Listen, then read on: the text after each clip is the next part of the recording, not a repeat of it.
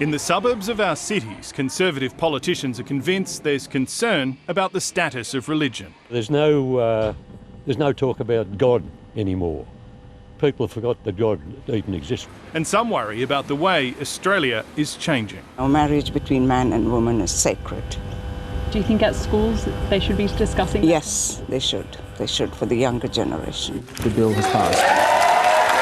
Ever since same-sex marriage was made legal in 2017, the Coalition's been contemplating new laws. And tomorrow, the Prime Minister will finally put his much-talked-about Religious Anti-Discrimination Act to Parliament. We have an Age Discrimination Act in Australia, a Sex Discrimination Act, a Disability Discrimination Act and a Racial Discrimination Act.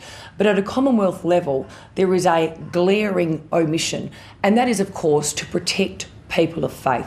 The bill would give religious-run institutions like schools the right to preference the hiring of people who follow their faith. I think the bill strikes the right balance. My concern is that it proceed as swiftly as possible. The proposed legislation would also shield Australians who make religious statements of belief from existing discrimination laws, as long as the comments are made in good faith, don't incite hatred or vilify people. But LGBT lobby groups claim it could make offensive, demeaning comments legal. Statements like when a nurse says to a patient with HIV that AIDS is a punishment from God. You need to show that A, that is a statement of belief. Does your religion actually believe that?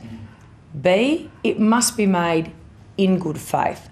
I would argue that if a person is saying that in the workplace, the employer will probably have something to say about that. Several moderate backbenchers worry that the legislation may make life harder for gay students and teachers. I want that clarified, and we're talking about a bill that's hot off the presses. And some others question why the bill is needed at all.